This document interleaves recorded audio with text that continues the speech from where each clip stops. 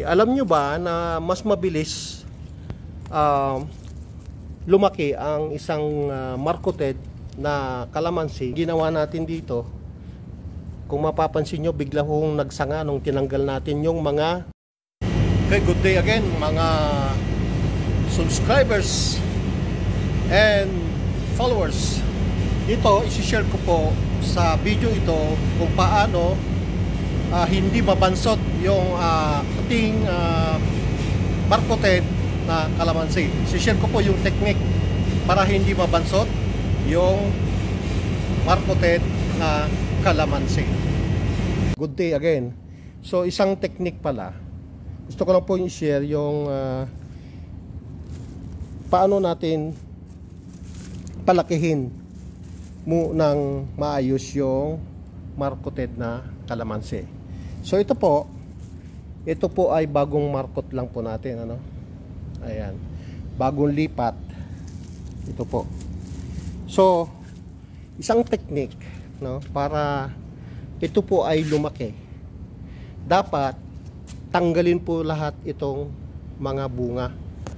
Ayan, yung mga bunga na yan, tanggalin po lahat yan para umusbong o lumaki itong bagong marketed na kalamansi.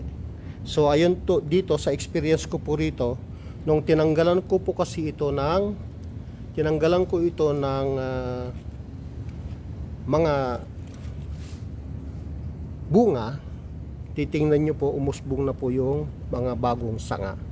Kaya ito po, ang gagawin po natin dito ay tatanggalan ko ito ng mga bunga.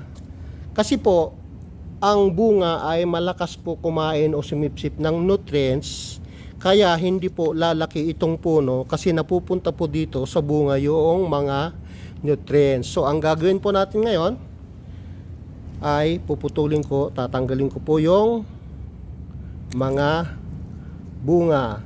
Ayan, pati na rin po yung mga bulaklak.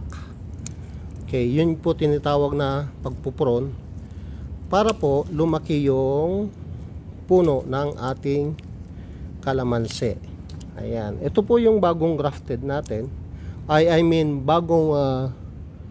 Ito po yung bago nating puted na kalamansi. So tinanggal po natin yung bunga, yung mga bunga, para umusbong po itong mga sanga.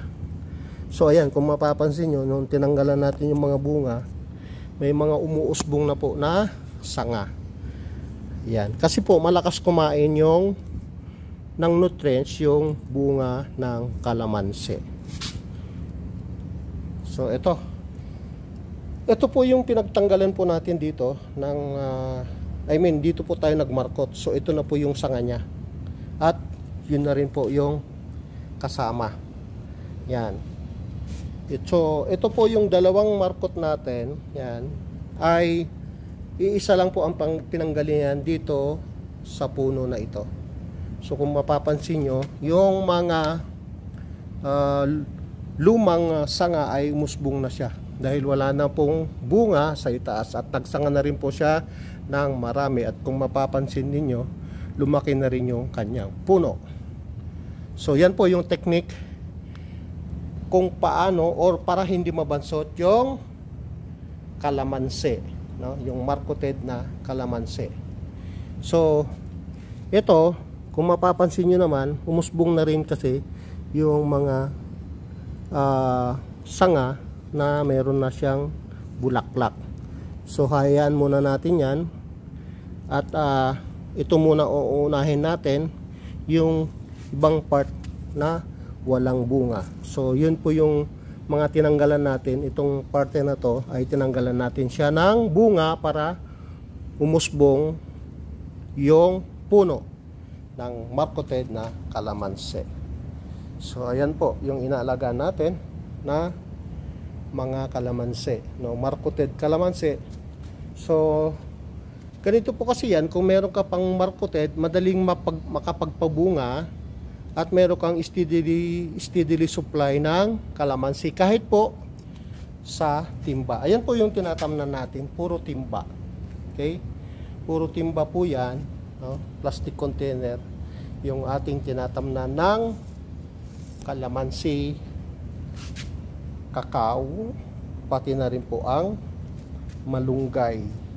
So ito po yung yun nga, yung pinopropagate natin na mga citrus family. So meron po tayong tatlong variety dito. So lemon, meron tayong lemon. Ito yung kalamansi and yung Trubita orange. Yan, yung Trubita. Yan po yung bunga ng Trubita orange. So malaki na, malapit na yatang mahinog. So dito, ang gagawin kasi po din natin, kapag mahinog na po ito, ay tatanggalin natin at alagaan natin para lumaki itong mga sanga ng Trubita orange natin, at saka dito tayo rin magmamarkot. Kasi pag natanggal na itong bunga, magsasanga na po ito. Magsasanga na po yan. At titingnan natin or lalasahan natin kung matamis ba itong Trubita orange. So ito lamang po yung mga updates dito sa ating kalamansi. Kaya ang ginagawa po natin ay nagmamarkot po tayo ulit, no? Meron tayong markot ulit dito. At mamaya lalagyan natin din ito. Gagawin nating markot din itong isang sanga ito. Para marami ho tayong stock na markoted na kalamansi. So, ayan. Nakakatuwa at maganda yung usbong kasi nauulanan na sila. Ayan, ito yung gusto nating pabungahin, yung lemon, no? Ito galing din sa Bureau of Land and Industry. Ito po yung marketed na lemon, pero sa ngayon wala pa ho siyang bunga. So yun ang inaabangan natin, na sana ay magbunga na itong lemon. So ayan, hanggang dito na lamang po ang ating video. Ang sabi ni Kuya J, tanim lang ng tanim para may aabangang aanihin. Babu.